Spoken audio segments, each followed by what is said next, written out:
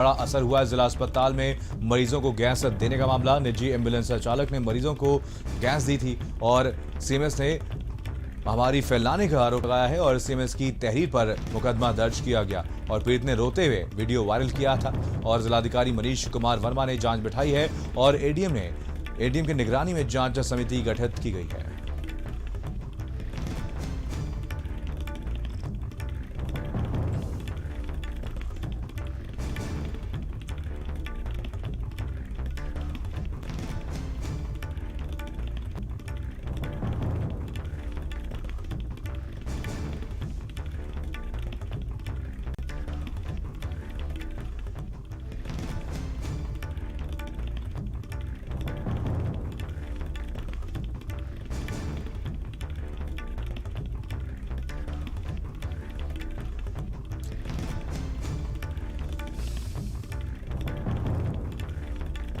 तो ये वीडियो भी आपको दिखा रहे हैं। आपको बता दें पूरा वीडियो सोशल मीडिया पर भी काफ़ी ज़्यादा वायरल हुआ है।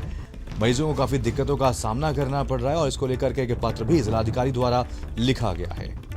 तो एडीएम की निगरानी में पूरे मामले पर अब जांच की जाएगी। प्रकरण की जांच कर डीएम को रिपोर्ट सौंपी जाएगी। जौनपुर से खबर, जहां पर भारत समाचार की खबर का एक बड़ा असर हुआ है।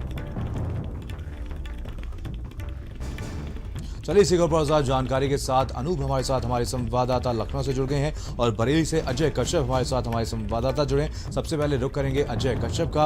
अजय, अपडेट दीजिए, कैसे हालात यहां पर बरेली में बने हुए? पिछले 24 घंटे में कितने नए मामले सामने आए हैं? अस्पतालों में कैसे हालात हैं? कितने मरीजों को पिछले 24 घंटे में भर्ती कराया गया है? देखिए, मैं बताना चाहूंगा कि कोरोना की अगर बात की जाए, बरेली में हालात बेकाबू हो गए हैं। कल की अगर बात की जाए तो 950 नए केस यहाँ पे दर्ज किए गए। जो मरीज हैं उनकी मौत हुई है, लेकिन अगर ये आंकड़ा अगर शमशान भूमि पे जाके देखा जाए तो ये 5 नहीं बल्कि 50, 60, 70 होता है। क्योंकि देखिए, मैं मनीष मौके बताना चाहूंगा, जो ये आंकड़ा जो स्वास्थ्य महकमा जो मीडिया के सामने मीडिया पेश करता है वो तो आम आंकड़ा होता है, जिसमें शमशान भूमि में उसमें बहुत बड़ा अंतर होता है। स्वास्थ्य महकमा कहता है कि 2 बॉडी जली है, यहाँ पे 2 लोगों की मौत हुई है, लेकिन अगर सिटी शमशान भूमि पे जाए, संजय नगर शमशान भूमि पे जाया जाए तो वो जो है कुछ और गवाह कहते हैं। क्योंकि अगर मैं कल की बात करूं तो 90 से ज्यादा शवों का अंतिम संस्कार हुआ। उसमें कई सारे जो है ऐसे शव थे जिनका आपकी आवाज साफ तक तौर पर हम तक नहीं पहुंच पा रही है। अनूप भी हमारे संवाददाता इसी और पर जानकारी के साथ जुड़ गए हैं।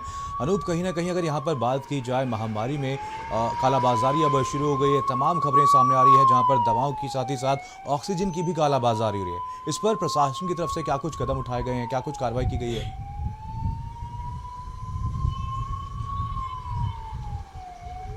देखिए मनीष, बिल्कुल ये बात तो तय है कि जिस तरह से ऑक्सीजन जो तमाम प्लांट हैं वहां पर लंबी लंबी लाइनें दिखाई दे रही हैं और जो घर में आइसोलेट हैं या हॉस्पिटल में जो मरीज है एडमिट हैं उनके सामने जो है ऑक्सीजन सिलेंडर की जो है बड़ी जो है समस्या वो सामने आ गई है।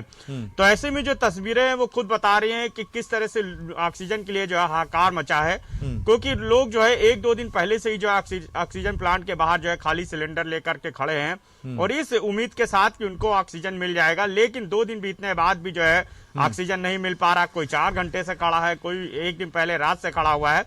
तो इस तरह की जो तस्वीरें हैं वो बता रही हैं कि ऑक्सीजन की जो समस्या है वो लगातार बनी हुई है।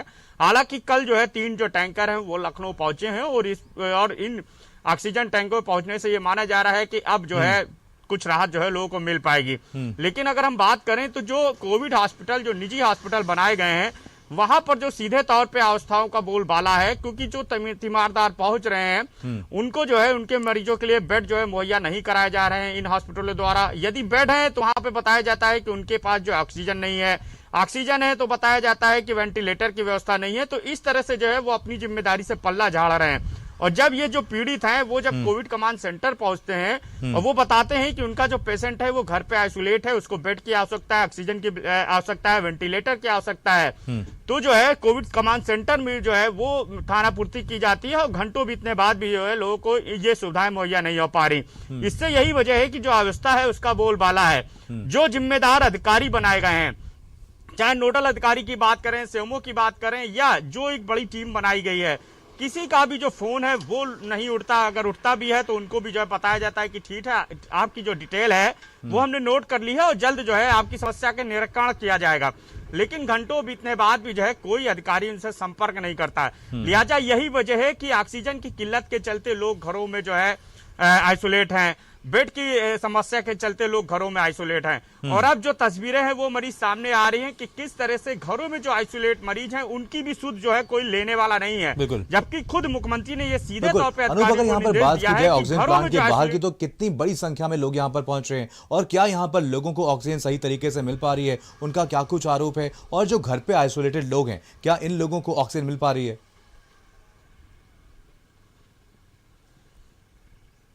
देखिए मनीष, बिल्कुल जो घरों पे आइसोलेट मरीज हैं उनके तीमारदार जो है वो ऑक्सीजन प्लांट के बाहर पहुंच रहे हैं। बड़ी संख्या दिखाई दे रही है तमाम ऑक्सीजन प्लांट के बाहर। इसके अलावा इनमें वो लोग भी शामिल हैं जिनके मरीजों को बेड नहीं मिल रहा है, या जिनको बेड मिल गया है तो सीधे तौर पे हॉस्पिटल ने बोल दिया कि भाई उनके पास ऑक्सीजन नहीं है, आप ऑक्सीजन की व्यवस्था करिए, वरना हमारी जिम्मेदारी नहीं है। तो ऐसे लोग जो है लगातार जद्दोजहद कर रहे हैं। एक बड़ी लाइन दिखाई दे रही है, लेकिन अधिकतर अगर हम प्लांट की बात करें तो वहां पे नोटिस चस्पा कर दिया गया है कि उनके पास जो है रिफिलिंग की व्यवस्था नहीं है, लिहाजा अन्य और तरीके से जो है वो कहीं और जो है व्यवस्था देखें। तो अब कहीं ना कहीं जो तीमारदार है और जो मरीज है वो जो है लगातार पिस रहा है जद्दोजहद में। जमीनी स्तर पे वो संघर्ष करता दिखाई दे रहा है, चाहे गर्मी हो चाहे भूख प्यास हो, सबके साथ मिलकर के वो ऑक्सीजन की किल्लत से जूझ रहा है। लेकिन जो दावे किए जा रहे हैं अधिकारियों द्वारा वो पूरी तरह से खोखले दिखाई दे रहे हैं। इसके अलावा अगर हम बात करें तो बेडों की जो संख्या है वो क्लियर करने बाद भी जो है आखिर सवाल उठता है कि तमाम हॉस्पिटल जो कोविड सेंटर बनाए गए हैं, कोविड अस्पताल घोषित किए गए हैं, वहां पर बेडों की व्यवस्था होने के बाद भी क्यों एडमिशन नहीं दिया जाता? क्योंकि जो तमाम निजी हॉस्पिटल हैं वो ये भी सामने आया है कि मजबूरी में जो है लगातार वो मोटी रकम जो है ऐड रहे, इलाज के नाम पे लाखों रुपया लिया जाता है और जो व्यवस्थाएं हैं, जो सुविधाएं हैं वो भी मुहैया नहीं कराई जा रही। तो जाहिर सी बात है कि जो तीमारदार है और जो मरीज है वो जो है दोहरी मार झेल रहा है। एक तो उसको जो है जद्दोजहद करनी पड़ रही है, ना उसको ऑक्सीजन मिल रहा है ना बेड मिल रहा है, और यदि मिल भी रहा है तो उसको जो है लूटा जा रहा है इन तमाम हॉस्पिटलों द्वारा। तो ऐसे में जरूरत है आपको रुकना चाहूंगा बरली से एक बार फिर से अजय कश्यप हमारे साथ, हमारे संवाददाता जुड़ गए हैं। अजय, यहाँ पर सभी जिले से एक ही जैसी खबरें निकल करके सामने आ रही हैं, कहीं ना कहीं ऑक्सीजन की किल्लत हर जिले में देखने को मिल रही है। बरेली में अस्पतालों की बात की जाए तो यहाँ पर कैसे हालात हैं, क्या यहाँ पर ऑक्सीजन सही तरीके से पहुंच पा रही है? देखिए मनीष, बताना चाहूंगा कि पहले जो तीमारदार हैं वो बेड के लिए भटकते हैं और जब उन्हें बेड मिल जाता है किसी सोर्स पे लगा के तो वो अपने आप को भाग्यवान मानते हैं कि हमें बेड मिल गया। लेकिन बेड मिलने के बाद उनकी समस्याओं का अंत नहीं बल्कि शुरुआत होती है। उनके लिए दवाओं की किल्लत होती है, रेमेडीज कह देते हैं कि ऑक्सीजन हमारे पास आप अपनी व्यवस्था करिए, और लाइन में लग जाते हैं। और वहीं अगर जो होम आइसोलेट जो मरीज है उनकी बात की जाए तो वो लाइन में लगते हैं। जब उनको कहा गया था कि हॉस्पिटल से लिखवा के लाइए, जब हॉस्पिटल में ही वो भर्ती नहीं है मरीज तो हर खातिर तो सिर्फ एक मात्र जरिया बचता है, कोई ब्लैक में सिलेंडर ले आता है, जबकि उसकी घटोली होती है जो है वो ये अपने आप को एक हारा हुआ मानता है कि किस तरह से शासन प्रशासन दावा करता है कि ऑक्सीजन की किल्लत नहीं है, बेड की किल्लत नहीं है। लेकिन बरेली की अगर बात की जाए तो त्राही मची है। किसी भी हॉस्पिटल में चले आइए आपको बेड नहीं मिलेगा। ऑक्सीजन रिफिलिंग सेंटर में जाइए, वहाँ लंबी लाइनें लगती है, घंटों लोग तपते हैं, वहाँ खड़े रहते हैं, लेकिन उनको गैस नहीं मिल पाती। जब मिलती भी है तो वो इतनी गैस होती है कि 6 घंटे लाइन में लगने के बाद अगर उन्हें मिलती है तो सिलेंडर आधा भरा हुआ मिलता है। किसी बात तो ऐसे होता है कि उनसे पैसा ले लिया जाता है। एक बरेली मामला आया था, 15,000 रुपए रिफिलिंग सेंटर से ले लिए थे, लेकिन उसको खाली सिलेंडर पड़ा गया घर में क्या वो। लोकेश भी हमारे साथ हमारे संवाददाता जुड़ गए हैं। अजय, लोकेश का रुख करेंगे गाजियाबाद से, हमारे साथ हमारे संवाददाता है। लोकेश, जैसा कि अजय ने बताया कहीं ना कहीं इस वजह से लोगों को काफी दिक्कतों का सामना करना पड़ रहा है, दर दर लोग भटकने को मजबूर हैं, लेकिन उसके बावजूद ऑक्सीजन नहीं मिल पा रही है इन लोगों को। देखिए मनीष, मैं इस वक्त एक ऐसे ही ऑक्सीजन रिफिलिंग प्लांट के बाहर खड़ा हूँ जो कि गाजियाबाद के साउथ साइड। मेरे पीछे मैं यहाँ पर दिखाने की कोशिश करूँगा कि क्या हालात हैं। पब्लिक सुबह से यहाँ पर मौजूद है 4 बजे से। कुछ लोग तो ऐसे भी हैं जो 3 दिन से लाइन खड़ी है। ऐसे में जो लोग जो यहाँ पर पहुँचे हैं इतने परेशान हैं कि लाइन में जो सिलेंडर पहले खड़े करके रखते थे अब उसी के ऊपर बैठ चुके हैं। कई लोग हैं हमारे साथ। आप बताइए, आप कहाँ से आए हैं? मैं गाजियाबाद से आया हूँ। कब से आप चक्कर लगा रहे हैं? कल दोपहर से चक्कर लगा रहा हूँ और अभी तक जो है ना मुझे टोकन तक नहीं मिला है। कुछ लोग हैं जिनको टोकन नहीं मिला है, क्योंकि यहाँ पर टोकन सिस्टम लगाया गया है कि पब्लिक की भीड़ को देखते हुए कुछ लोग ऑनलाइन रजिस्ट्रेशन करा रहे हैं, लेकिन कई ऐसे भी परिवार हैं जो कि ऑनलाइन रजिस्ट्रेशन नहीं करा सकते क्योंकि उनको टेक्निकली नहीं पता है।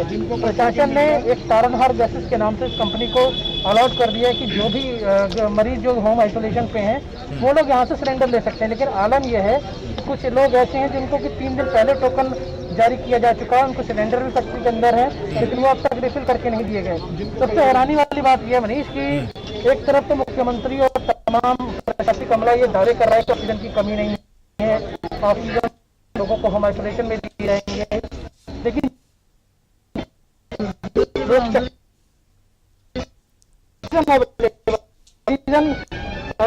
उनके साथ आरोप हैं। कुछ लोग जिनकी पहुंच है, राजनीतिक पहुंच है, जिनकी प्रशासनिक अमले में जान पहचान है, वो लोग पीछे के रास्ते से यहाँ से सिलेंडर ले जा रहे हैं, लेकिन जो लोग जेन्युइन तरीके से हैं उनको खड़े देने को तैयार हैं। 5-5, 6-6 घंटे हो चुके हैं सुबह से में, कुछ परसों से टोकन लिए खड़े हैं, लेकिन उनको गैस नहीं मिल रही। बिल्कुल, तो सर आप सभी लोग नजर में रखिए, आप सभी से अपडेट लेते रहेंगे। फिलहाल तमाम जानकारी के लिए आप सभी का बहुत बहुत धन्यवाद। और इसी बीच एक बड़ी खबर आगरा से, जहां पर